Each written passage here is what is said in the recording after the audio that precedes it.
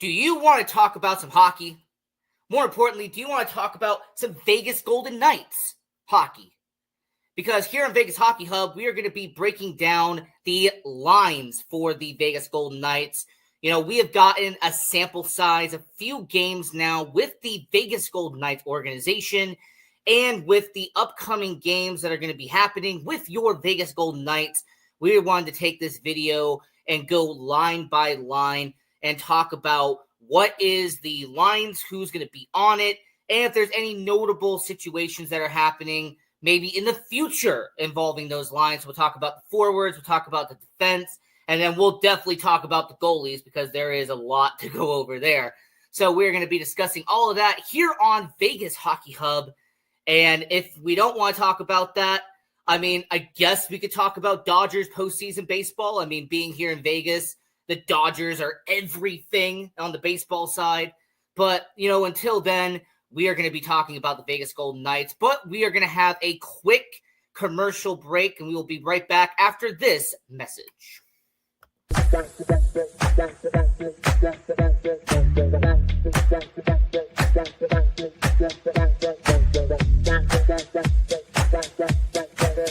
PR Connections Radio presents this episode of the PR Connections podcast is brought to you by Classy Communications PR and Advertising. Classy Communications provides public relations and marketing solutions for businesses, professionals, and nonprofit organizations. They can deliver the true meaning of your business with press releases, social media marketing, web development, email marketing, book publishing, and much more. Wherever your potential clients are, they can help you connect with them. Visit classycommunications.net to learn more about their suite of services that can help your business stand out from the rest. Classy Communications is your solution. We're getting into the lineup for your Vegas Golden Knights. Let's start out with the first line because this is going to be the marquee for the Vegas Golden Knights. This is where you are going to get majority of the points. This is where you're going to see a lot of the action for the Vegas Golden Knights. And like I said, we've seen a small sample size of it. We have seen the connection already with Jack Eichel and Mitch Marner. And then, of course, you have the chemistry already a few seasons in with Ivan Barbashev and Jack Eichel. Now, what's fascinating about this first line is also going to be when you go over to the power play side of it, because you're going to have Mitch Marner, you're going to have Jack Eichel, and then you're also going to have guys like a Tomas Hertl, like a Mark Stone, you know, Shea Theodore, he could be on that power play unit as well. But what is going to be fascinating for the Vegas Golden Knights is how beneficial Mitch Marner is going to be for Jack Eichel and how beneficial it's going to be for Jack Eichel to have Mitch Marner. So essentially, Marner's going to benefit Eichel and Eichel is going to benefit Marner. And like I said, a few games in, we have seen the rushes that Eichel and Marner have had. We have seen those fast breaks. We have had opportunities to already see what type of momentum we can get when there is a takeaway and they're going from the defensive zone, getting into the neutral zone, and then getting into the offensive zone and benefiting off a takeaway and getting it in the back of the net. And then you get an apple for Eichel or an apple for Marner. I mean, let's just talk about the way it is. Mitch Marner, he is going to get some goals for the Vegas Golden Knights. Let's not take that away. But Jack Eichel, there was a point last season where he was averaging over an assist per game at the halfway mark, okay? Like, there was an actual point where Jack Eichel was almost averaging 2 points a game in the first 20 to 25 games of the season last season. And that is when he had Ivan Barbashev. That's when he had Mark Stone. Even when Mark Stone got hurt last season, Jack Eichel had Ivan Barbashev, and then they had Victor Olofsson over there, his former line mate in Buffalo, and they brought him up, and Jack Eichel was still contributing on the points end. So for Mitch Marner and Jack Eichel, is it insane to think that based off of the small sample size, we could see 100 points for Jack Eichel and about 90 points for Mitch Marner? I'm going to say it's not that crazy. Is it insane to think that based off of the early track record, Jack Eichel is going to be a Hart Trophy finalist here in Vegas, that Jack Eichel has a chance to win the MVP here in the NHL? No, it's not a crazy idea. And it's actually something that would be a good prediction to do. If you're going to go to a sports book, they have BetMGM, they have Caesar Sportsbook, they have STN Sports. I mean, when it comes to Jack Eichel and Mitch Marner, it's just a situation where we have seen a few games, we've seen the morning practices, and it is obvious that Eichel and Marner are going to be your 1A, 1B situation here on this first line, and they are going to benefit from each other throughout this entire 82-game season, not just a few games that we have seen. So that's being the first line. Now, the question is going to be, at some point down the line, does Barbashev get sent down? And what I mean by this, does Ivan Barbashev, towards the end of last season, we saw William Karlsson be a left wing in the playoffs on that first line. We have seen Ivan Barbashev get bumped down to the second line at times. We've seen him even bumped down to the third line at times throughout his tenure here in Vegas. And to really answer that question, it depends on the momentum of Ivan Barbashev. If Ivan Barbashev performs like he did in the first 25 games last year, then no, he'll stay on that first line and he will be a contributor on that first line. He had incredible first 25 games of the 24-25 season. But if it's the last 20 games of the past season that we get with Ivan Barbashev, it is a possibility that there is an option that you have two veterans behind him on that second and third line, and they could replace him if any of those two guys have the ability to do what needs to be done. I also have to remind you that when it comes to the Vegas Golden Knights, Bruce Cassidy is notorious for swapping up the lines in between the first period and second period and third period. So on this first line, Ivan Barbashev, Jack Eichel, and Mitch Marner, it was a no-brainer going into the year that this is what was going to happen. But Eichel and Marner is a combination that has been electrifying for the Vegas Golden Knights, and I highly doubt that's going to change. And in the future, barring injury, Eichel and Marner, they are going to be your two must-see scores and the two guys who are going to be lighting up the lamp and adding points to the score sheet for the Vegas Golden Knights. Moving over to the second line for the Vegas Golden Knights, you're going to have the established veteran line for the Vegas Golden Knights. You have the two misfits of Riley Smith and William Karlsson. Unfortunately, no Jonathan Marchessault. Man, that's sad to see. And then you have your captain in Mark Stone on that second line. Now, here is going to be the obvious takeaway from this second line. Because all of them are veterans, there has been an aspect of the game that has been happening over the last few years, and you cannot downplay it. We have to address it. Injuries have affected all three of these guys the last couple of years. Riley Smith has missed games in Pittsburgh because he was injured. William Karlsson missed a certain amount of time last year because he dealt with injuries. Mark Stone has kind of become, unfortunately, the long-term IR running joke on social media. Oh, the Vegas Golden Knights need to use long-term IR? But Mark Stone. I get it.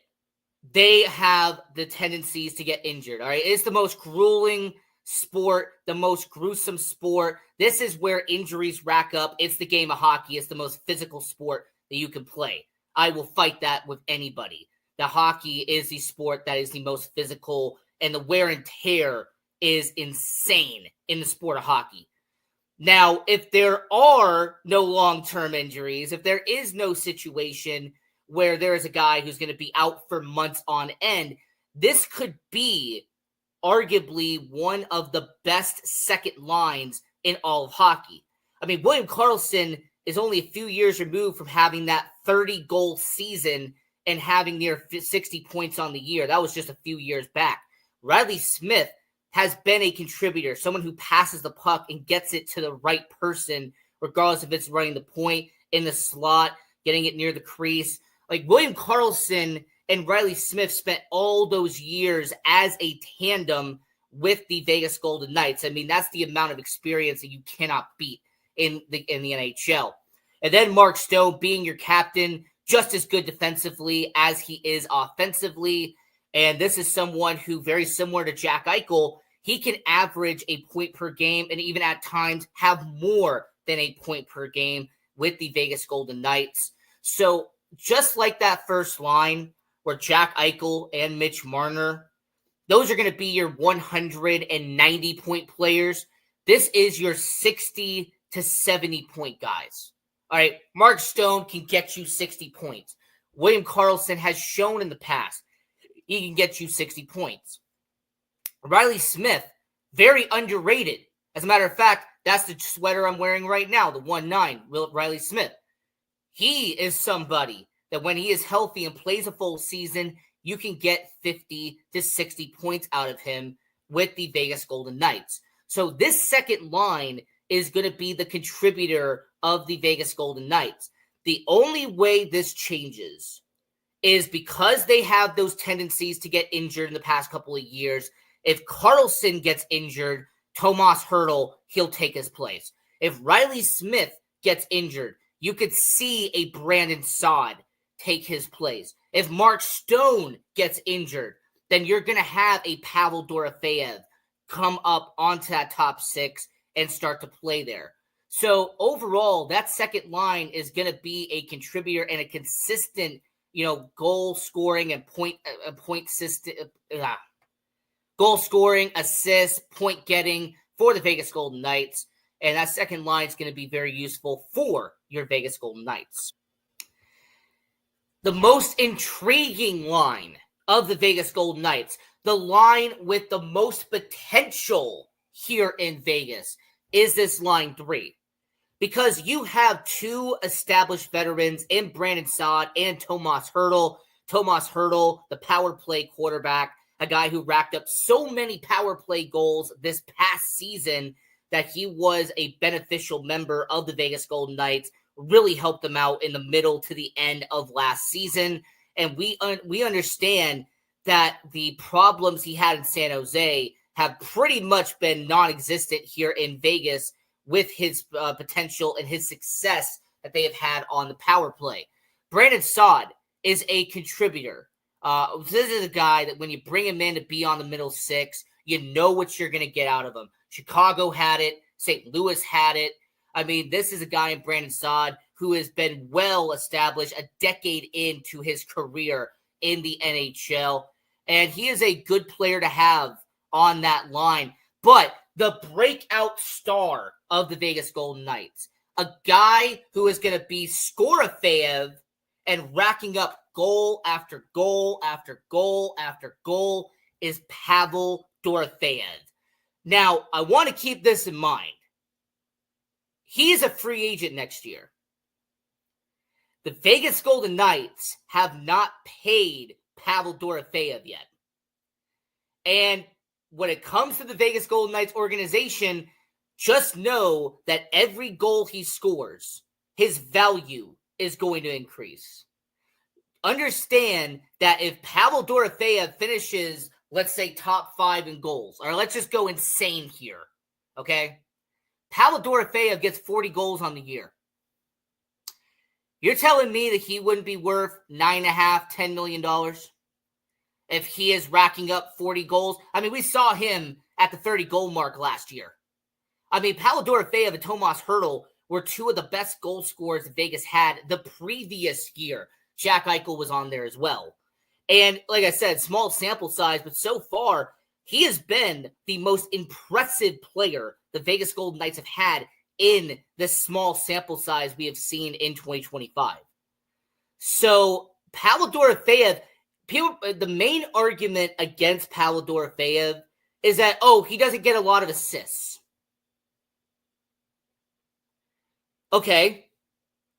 He doesn't get a lot of assists. Paolo Dorofeev, his plus-minus isn't that high. Okay, are we talking about that? Or are we talking about the fact that he racks up goals on a consistent basis as a guy in his mid-20s? Are we talking about the fact that he could already make an argument that he has been the best draft pick that the Vegas Golden Knights have kept in their franchise? No disrespect to Nicholas Hague, by the way. But when it comes to Paolo Dorofeev, he's already kind of made his mark. This is season 3 of Paolo Dorofeev being an established NHLer after spending some time in the AHL previous season before that. So for Paolo Dorofeev, him being on this line with Tomas Hertl and Brandon Saad, I want to keep this in mind. If Hertl and Dorofeev get promoted to the second line, if Karlsson gets hurt, or if Stone gets hurt, or forbid, if there's something that happens to the first line and Marner has an injury, or Barbashev has an injury, or Eichel has an injury, the Vegas Golden Knights, and I mean this when I say this, the Vegas Golden Knights literally have one of the most talented top nines in the Vegas Golden Knights history and in the NHL right now. Go ahead, try to name me another team that has as much depth on their top 9 as the Vegas Golden Knights do. Put that in the comments. I really want to know.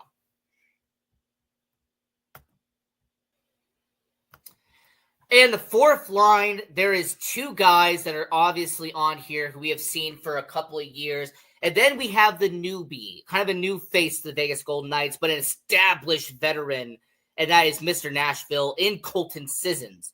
Now, Colton Sissons, he is somebody who can throw his weight around. I mean, people who haven't watched the Nashville Predators, you wouldn't know that Colton Sissons, he can drop the gloves. He can fight. We've already seen an example of this with the Vegas Golden Knights organization already in the small sample size that we have seen so far. King Kolazar can drop the gloves, and he can be physical as well. Brett Howden has been a 20-goal scorer this past year. So the fourth line is going to also be beneficial because you also have to remember that Colton Sissons is being brought in to bring in some more established, physical presence on that fourth line because of the subtraction of Nicholas Waugh, because of him going to Toronto in the Mitch Marner situation. Now, I do understand from a healthy scratch perspective, Alexander Holtz is essentially going to be the next man up, because of the PTO, because of the contract that he earned. Alexander Holtz is essentially going to be that 13th man here in Vegas. So that forward side of it, very impressive for Vegas.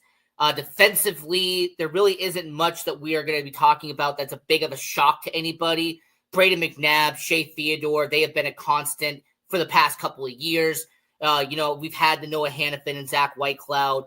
If Noah Hannafin, gets injured and stuff like that, then you will see a Ben Hutton situation where he gets brought in and he gets put in the lineup there. And then Jeremy Lauzon and Caden Korczak. Korczak, first time being really a full-time member of the Vegas Golden Knights, and then Jeremy Lauzon, the newly Vegas Golden Knight, after making that trade with the Nashville Predators, doing that, essentially trading a pick and Nicholas Hague to get Jeremy Lauzon and Colton Sissons. And Lauzon, he's not going to score a lot of points, but he is a physical presence, hard-hitting defenseman, and with his size, about 6'4", 6'5", he can drop the gloves as well. He can go. We've also seen that in a small sample size already. Goaltending, I kind of wanted to leave this to the end. Aiden Hill with the injury concerns, Akira Schmid, he will have to kind of carry the load for the Vegas Golden Knights. Aiden Hill having those injury problems we've seen throughout his career. And then, yes, Carter Hart, that could be a thing in the next couple of months. We're going to have to wait and see what happens there. But with the Vegas Golden Knights, even if all of that goes wrong, you have Carl Lindbaum down in the minors, and that could be a situation they bring up as well. So, this was the lineup we're talking about here with the Vegas Golden Knights. I'm your host, Ian Rakelli, here on Vegas Hockey Hub. And this was fun talking about the Vegas Golden Knights lineup. Dodgers postseason baseball. I know that's on a lot of people's mind. We'll see if how much Vegas is rooting for the Dodgers moving forward. And until then, go Knights, go, and have a good one. PR Connections Radio thanks you for watching this podcast. Check out more episodes of this show and our others at prconnectionsradio.com.